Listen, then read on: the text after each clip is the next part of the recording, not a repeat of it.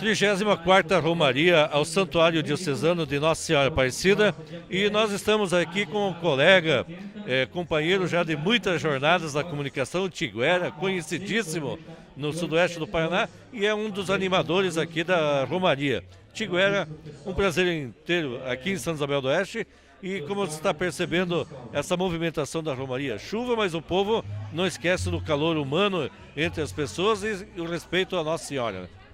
Primeiro, é uma satisfação em te reencontrar novamente, né? E dizer o seguinte, eu estou surpreso. Olha que eu tenho andado por esse Sudoeste, Paraná, Santa Catarina, pregando a palavra de Deus, e eu estava até apreensivo, conversava com o Padre César. Padre, esse tempo aí vai atrapalhar? Ele falou, não, Tiguera, aqui o povo vem, não importa se está chovendo ou não, o povo participa.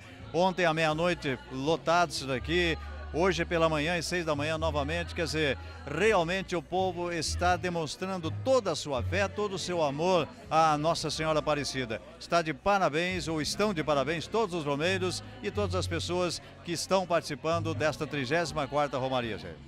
Então conversamos com o Tiguera, animador aqui da Romaria, e você acompanha em foto e vídeo pelo site do Jornal Novo Tempo, pelo Facebook do Jornal Novo Tempo, todos os momentos especiais dessa 34ª Romaria ao Santuário de Santa Isabel do Oeste.